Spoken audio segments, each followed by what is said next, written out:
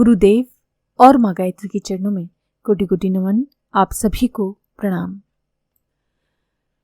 हम सभी एक तरह से ईश्वर का ही अंश हैं और हमारे अंदर भी वही सारी शक्तियां विद्यमान हैं जो कि ईश्वर में होती हैं। बस जरूरत है उन शक्तियों को जगाने की। और वो कैसे जागती हैं? तप को करने से, अपने सतो गुणों को बढ़ाने से। आत्मा ईश्वर का अंश होने से उन सब शक्तियों को बीज रूप में छिपाए रहती है जो ईश्वर में होती हैं।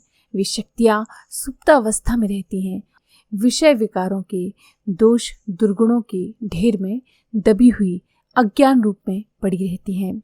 लोग समझते हैं कि हम दीनहीन, तुच्छ और अशक्त हैं, पर जो साधक मनोविकारों का पर्दा हटाकर निर्मल आत्म ज्योति के दर्शन करने में समर्थ होते हैं, वे जानते हैं कि सर्वशक्तिमान ईश्वरीय ज्योति उनकी आत्मा में मौजूद है और वे परमात्मा के सच्चे उत्तराधिकारी हैं। अग्नि के ऊपर से राख जैसे हटा दें तो फिर दहकता हुआ अंगारा सामने आ जाता है। वो अंगार छोटा होते हुए भी भयंकर अग्निकांडों की संभावना से युक्त होता है। ये पर्दा हटते ही तुच्छ मनुष्य भी महान आत्मा महात्मा बन जाता है। क्योंकि आत्मा में अनेकों ज्ञान विज्ञान, साधारण असाधारण, अद्भुत आश्चर्यजनक शक्ति के भंडार छिपे होते हैं। वे खुल जाते हैं और वो सिद्ध योगी के रूप में दिखाई पड़ता है। सिद्धियां प्राप्त करने के लिए बाहर से कुछ लाना नहीं पड़ता, किसी देह दानव की कृपा की जरूरत नहीं पड़ती। केवल अंतःकरण पर पड़े हुए आवरणों को हटाना है। गायत्री की साधना का सूर्य तामसिक अंधकार के पर्दे को हटा देता है और आत्मा का सहज ईश्वरी रूप प्रकट हो जाता है। आत्मा का ये निर्मल रूप सभी रिद्धि सिद्धियों से परिपूर्ण होता है। गायत्री माँ के द्वारा सतोगुणों की वृद्धि अनेक प्रकार की आध्यात्मिक और सांसारिक समृद्धियों की जननी होती है। शरीर और मन की शुद्धि सांसारिक जीवन को अनेक दृष्टियों से सुख शांतिमय बनाती है।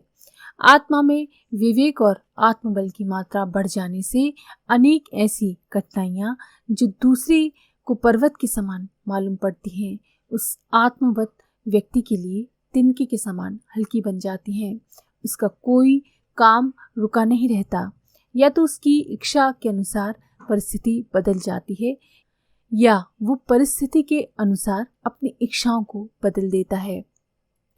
क्लेश का कारण इच्छा और परिस्थिति के बीच प्रतिकूलता का होना ही तो होता है। विवेकवान इन दोनों में से किसी को अपनाकर उन संघर्षों को टाल देता है और सुखपूर्वक जीवन व्यतीत करता है। उसके लिए इस पृथ्वी पर भी स्वर्गीय आनंद की सरिता बहने लगती है। वैसे देखा जाए तो सुख और आनंद किसी बाहर की चीजों से, साधन सामग्री से नहीं मिलता। ये मनुष्य की मन स्थिति पर रहता है।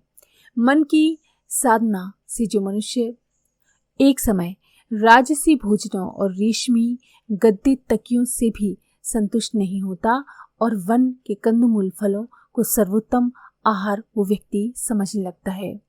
ये सब अंतर के मनोभावों और विचारधारा के बदल जाने से पैदा होता है। गायत्री बुद्धि की अधिष्ठात्री देवी हैं और उनसे हम सद्बुद्धि की याचना किया करते हैं।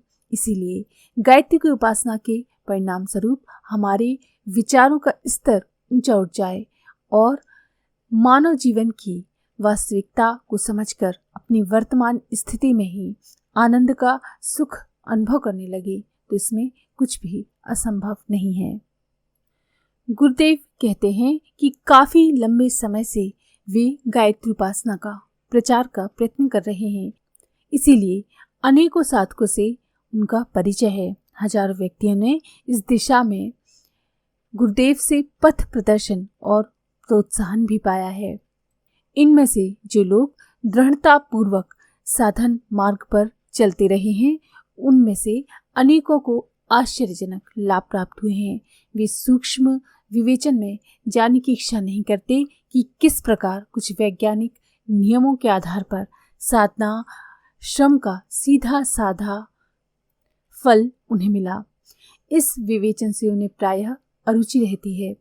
उनका कहना है कि भगवती गायत्री की कृपा के प्रति कृतज्ञता ही हमारी भक्ति भावना को बढ़ाएगी और उसी से हमें अधिक लाभ होगा।